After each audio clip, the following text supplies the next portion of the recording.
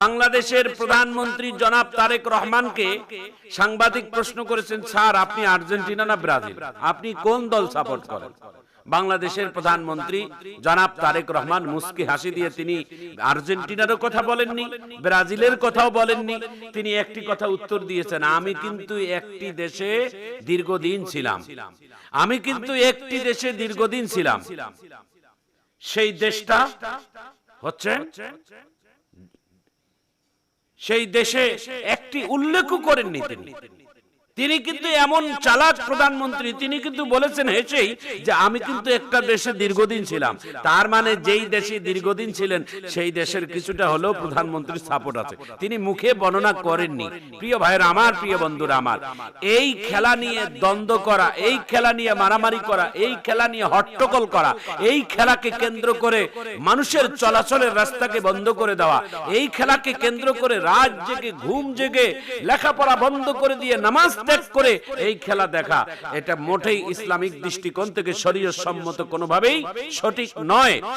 প্রিয় ভাইরা আমার, প্রিয় বন্ধুরা আমার, ইসলাম যারা মানুষকে ক্ষমা করে দেয়, প্রিয় নবী মুহাম্মদুর রাসূলুল্লাহ সাল্লাল্লাহু আলাইহি ওয়াসাল্লামকে তায়েফের ময়দানে তায়েফের যুবকেরা লেলিয়ে দিয়েছেন মক্কার কাফেররা।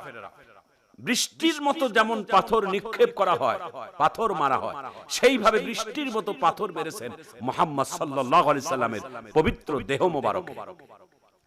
পাথরগুলো তাদের আল্লাহ রাসূলের চামড়া ভেদ করে পাথরগুলো ঢুকে গেছে, গোটা শরীর থেকে রক্ত পড়ে রক্তক্ষরণ হয়ে কয়েকটা জায়গায় বেহুশ হয়ে গেছে।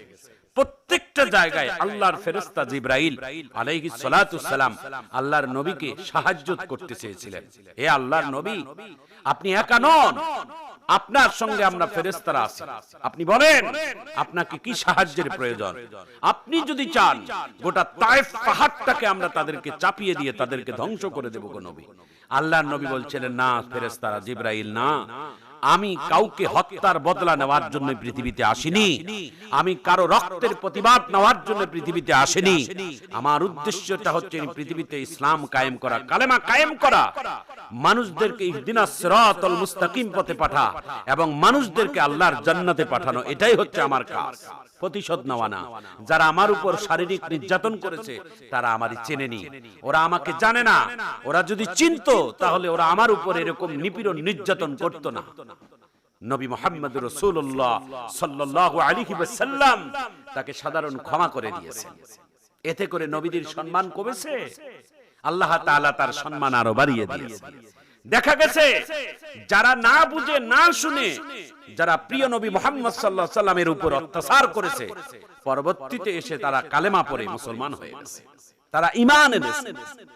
মুহাম্মদ সাল্লাল্লাহু আলাইহি ওয়াসাল্লামের হাত ধরে তারা মাপ নিয়েছেন। এটাই ইসলাম, এটাই ভালোবাসা, এটাই বিজয়। প্রিয় ভাইরা আমার, প্রতিশোধ নিলেই যে বড় তা নয়, ক্ষমা করে দেওয়াটাই হচ্ছে বড়। একটা দুশমন যদি অপরাধ করে তাকে যদি ক্ষমা করে দেন, মহান আল্লাহ তাআলা তখন ফেরেশতাদের কাছে গর্ব করে বলে, দেখো এই সিফতটা হচ্ছে আমি আল্লাহ, যে বান্দা অপরাধ করার পর বান্দা যখন আল্লাহ তাআলার কাছে সারেন্ডার হয়ে আত্মসমর্পণ করে মাফ চায়, তো আমি আল্লাহ তাআলার সিফত হচ্ছেন ক্ষমা করে দেওয়া, মাফ করে দেওয়া। তো এই সিফতটা যদি আমার বান্দারা যদি কেউ নেয়, তাহলে সেই বান্দাকে আমি কি উপহার দেব? মহান আল্লাহ তাআলা বলেন, আমি আল্লাহর একটা সিফত হচ্ছেন বান্দার অপরাধগুলোকে ক্ষমা করে দেওয়া, বান্দার অপরাধগুলোকে ঢাকিয়ে রাখা। সেই সিফতটাই যদি আমার কোন বান্দা ধারণ করে, বান্দার অপরাধকে অপরাধ ঢাকিয়ে রাখে এবং তাকে ক্ষমা করে দেয়, তাহলে আল্লাহ তাআলা তাকে কি উপহার দিবেন? আল্লাহ তাআলা বলেন, ওই বান্দার জীবনের গুনাহ কাটা আমিও আল্লাহ তাআলা গোপন রাখবো, ক্ষমা করে দেব। মানুষ মানুষের প্রতি যারা কঠোরতা হয়, আল্লাহও তার প্রতি কঠোরতা হয়। আল্লাহ বলবেন কিয়ামতের ময়দানে, বান্দা তুমি তো আমার অন্য বান্দার প্রতি তুমি নরম হওনি, তা আমি আল্লাহ তোমার প্রতি কেমনে রহম করব? তুমি তো অন্যের কথা তুমি ঢাকিয়ে রাখোনি, তাহলে তোমার গোপন পাপগুলোকে আমি কিয়ামতের ময়দানে আর ঢাকার কি প্রয়োজন, আমিও প্রকাশ করে দেই।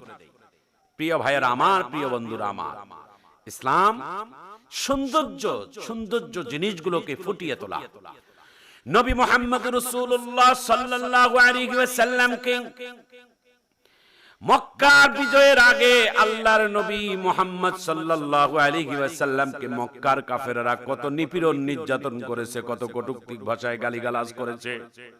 আমার নবী নিজের জন্মভূমি ছেড়ে মদিনায় হিজরত করেছেন।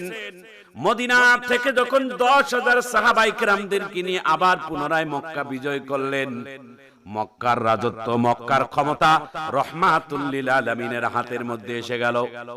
মক্কার ভিতরে আল্লাহর নবী প্রবেশ করলেন।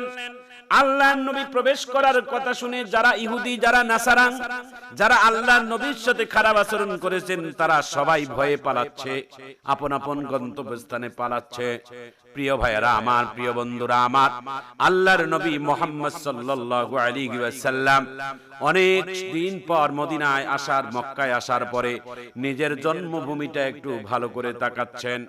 আল্লাহর নবী নিজের জন্মভূমিটা দেখতে দেখতে দেখেন একজন বার্ধক্য মহিলা, বয়স্ক মহিলা মানুষ বড় একটা মাথার মধ্যে গাঁটুরি নিয়ে তিনিও পালাচ্ছেন।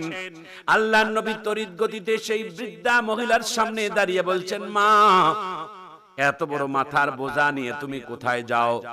বলে, তুমি জানো না আব্দুল্লাহর ছেলে মুহাম্মদ আজকে মক্কা দখল করেছে।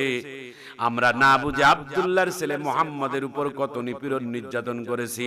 আমরা সেই মুহাম্মদের ভয়ে আমরা আত্মগোপন করি। যদি আমাদেরকে দেখে তাহলে জ্যান্ত খেয়ে ফেলবে, জ্যান্ত মেরে ফেলবে। আল্লাহর নবী যে নিজে মুহাম্মদ এটার গোপনে রাখলেন, রেখে রাখ দিয়ে বলেন, মা, আপনি জীবনে কি আব্দুল্লাহর ছেলে মুহাম্মদকে দেখছেন? কয় না। বলে, আপনার সাথে পরে কথা হবে, আগে কোথায় যান? আপনার বড় মাথার গাঁটুরি আমার মাথায় দেন, আমি সেই জায়গায় আপনার পৌঁছাইয়া দেব। সাধারণ মহিলার মাথার গাঁটুরি রাহমাতুল লিল আলামিন বিশ্ব নবীর নিজের মাথার মধ্যে নিয়ে নিলেন। যেই নবীকে না সৃষ্টি করলে পৃথিবীর কোনো কিছুই সৃষ্টি করতেন না, তিনি হচ্ছেন পৃথিবীর মহামানব রাহমাতুল লিল আলামিন। একজন সাধারণ বৃদ্ধা মহিলার মাথার গাঁটুরি নবীজি নিতের মাথায় বহন করে ওই বুড়ির গন্তব্যস্থানে তিনি পৌঁছাইয়া দিলেন। গন্তব্যস্থান থেকে কয়েকজন যুবক যখন বাহির হয়ে অবাক হয়ে গেলেন, বুড়িকে ডাক দিয়ে বলে, বুড়িমা, যে আব্দুল্লাহর ছেলে মুহাম্মদের ভয়ে আমরা এই গোপন জায়গায় আস্তানা নিলাম, এই জায়গায় আমরা আশ্রয় নিলাম, সেই আব্দুল্লাহর ছেলে মুহাম্মদের মাথায় গাঁটুরি দিয়ে আমাদের জায়গা দেখিয়ে দিলেন। বুড়ি অবাক কণ্ঠে, অবাক দৃষ্টিতে তাকিয়ে থাকে মুহাম্মদের চেহারার দিকে আর একবার আকাশের দিকে। বুড়ি ডাক দিয়ে বলে, তোমরা কে আছো? কোথায়? সবাই উপস্থিত হও।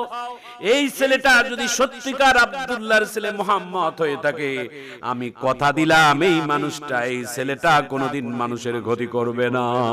আমি যতটুকু জানতে পারলাম এর ভিতরে এই মানুষটা কোনোদিন মানুষের ক্ষতি করতে পারে না। বিশ্বনবী মুহাম্মদ সাল্লাল্লাহু আলাইহি ওয়াসাল্লামের চোখ থেকে পানি পড়তেছে আর মুছতেছে আর বলতেছে, বুড়িমা, আমাকে না বুঝে যারা মাস্তান ভাবে, আমাকে না বুঝে যারা সন্ত্রাসী ভাবে, তারা আসলেই ভুল করে। আমি নবী পৃথিবীতে কোনো প্রতিশোধ নেওয়ার জন্য আসিনি, আমি এসেছি মানুষকে শুধুমাত্র ইহদিনাস সিরাতাল মুস্তাকিম পথ দেখানোর জন্য।